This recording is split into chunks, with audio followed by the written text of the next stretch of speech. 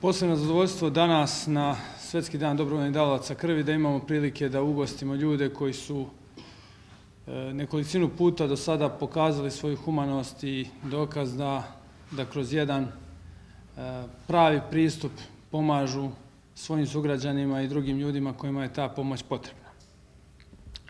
Dobro je da u našem gradu postoji veliki broj organizacija koji se bave dobrovoljnim davalaštvom krvi, koji promovišu tu jednu istinsku vrednost i podjednako je važno i dobro što je i sve više mladih ljudi uključeno u akcije dobrovoljnog davalaštva krvi.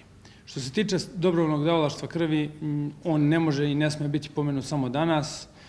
Svi znamo da je svakog dana potrebno obezbediti dovoljnu količinu krvi, da je potrebno obezbediti sve krvne grupe koje su potrebne našim zdravstvenim ustanovama. Naravno, nikad se ne zna kada i kome će ta pomoć biti potrebna. Na nama ostaje i dalje da promovišemo dobrovoljno davalaštvo kao jednu istinsku civilizacijsku vrednost i da se trudimo da u našem gradu sve veći broj ljudi bude uključen u akcije dobrovoljnog davalaštva krvi i na taj način dokažu jednu svoju humanost na delu.